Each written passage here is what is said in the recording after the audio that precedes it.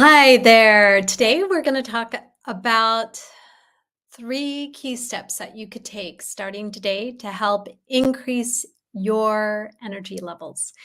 And these are steps that I talk about in my Vibrant Midlife Mastery program, my signature program. And of course, in that program, we go much deeper into all sorts of strategies to improve your energy. But with these three strategies that I'm covering today, you can make a huge difference in the amount of the amount of energy that you have. And we are starting with protein, in fact. And I know you probably heard a lot of people talk about the importance of protein. If you haven't, I'm going to explain in a little bit more detail. So, we eat protein to get essential amino acids, and the essential amino acids.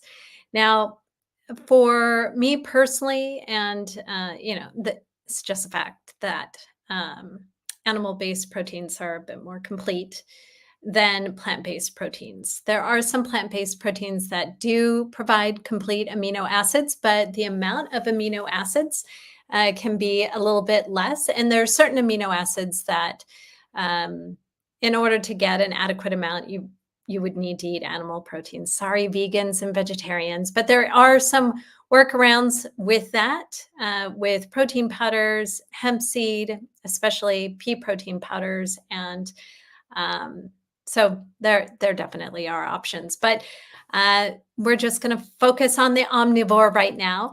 So, with regard to protein, as we age, we metabolize protein or the essential amino acids a little bit less than when we were younger.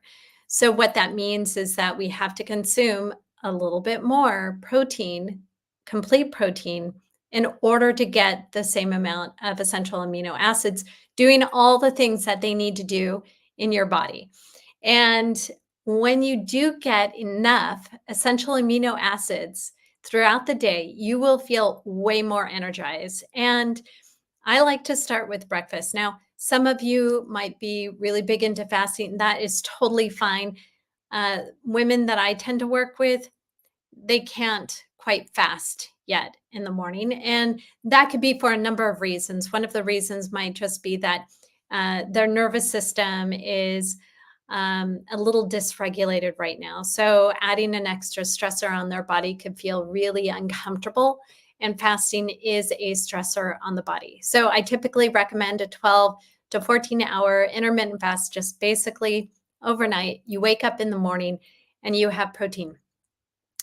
The amount of protein that really helps, and the reason why this helps is for two reasons. So, eating 30 grams of a complete protein in the morning will stop the catabolic process. And what that means is that when you're in a fasted state, there's all sorts of great things that are happening in your body. But one of the things that also happens in your body alongside all of that is that your body will start to break down its own protein in order to fuel all of the other functions that are happening. So, when you're fasted for long periods of time, you might see that it's harder to build up muscle, for instance.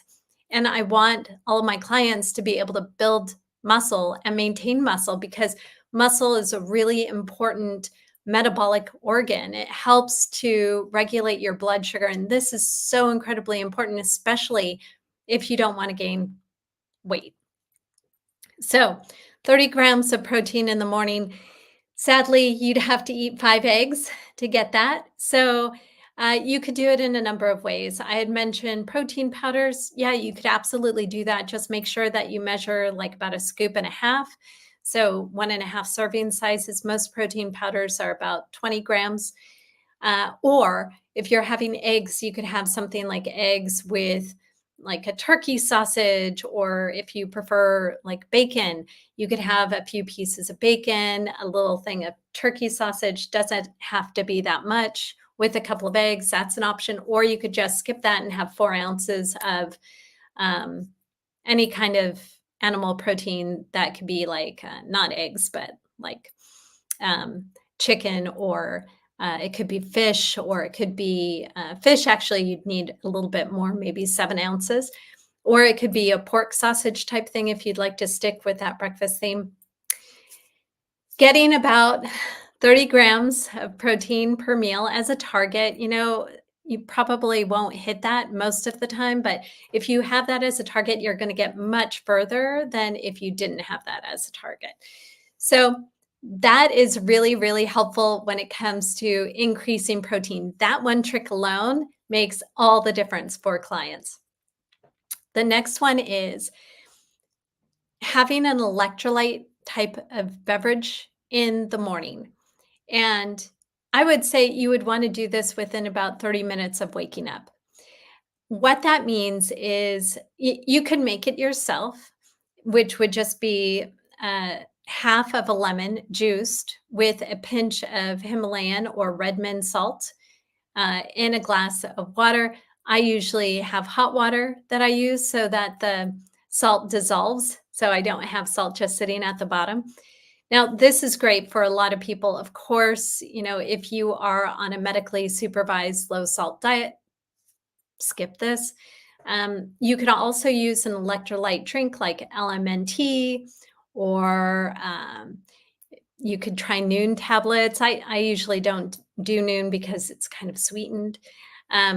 So starting out your morning with an electrolyte fueled drink like this, basically you're getting some potassium and you're getting some sodium and maybe a little magnesium and calcium. These are core electrolytes that really can help support your adrenals. Now, your adrenals produce cortisol in the morning, especially. That's when your cortisol is highest, is in the morning. So by helping to support your adrenals with electrolytes, you can kind of supercharge yourself for the morning. Don't drink electrolytes later in the day unless you're having like a big sauna session, or you're just sweating oodles. You probably otherwise don't take electrolytes too late in the afternoon. It might feel like you get too much of a spike of energy and you don't want that. You want to sort of slide into sleep mode, and that's when melatonin starts to pick up, so you don't want to interrupt that process.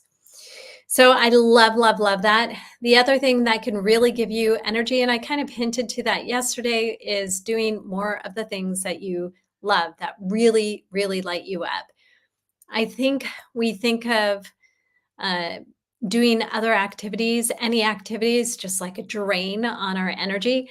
And that's not quite true. There's definitely a big difference between doing an activity that you absolutely loathe versus doing an activity that you absolutely love. And you can measure this yourself. For instance, I don't know, I'll just put out some examples. If you really don't like doing laundry, okay, that's going to drain you. Or if you really don't like, I don't know, doing your balancing your books, like financial tracking, maybe these are things that you really don't love. That might feel really just draining, or maybe there's something emotional happening in your life right now, maybe emotional stressors, maybe it's worry about money. And that's why you don't want to look at your finances. That activity itself could just feel like, oh, just drains you. Juxtapose that with something that you really love, like going on a hike or a walk through a botanical garden. I love botanical gardens. So that would really fuel me. Yes, I'm getting physical activity. It's not wearing me out, though. It's really supercharging me. So think about that. So 3 steps to improve your energy. We've got eat your protein for the essential amino acids that you desperately need. Electrolytes first thing in the morning within a half an hour of waking up to really supercharge your day. And then 3, doing more of the things that light you up. I hope you found this super helpful. If you'd like to dive deeper in this and really supercharge your midlife, ladies, this program would be for you. Vibrant Midlife Mastery, my signature program. It's open for registration right now, and I hope to see you there. Okay, bye for now.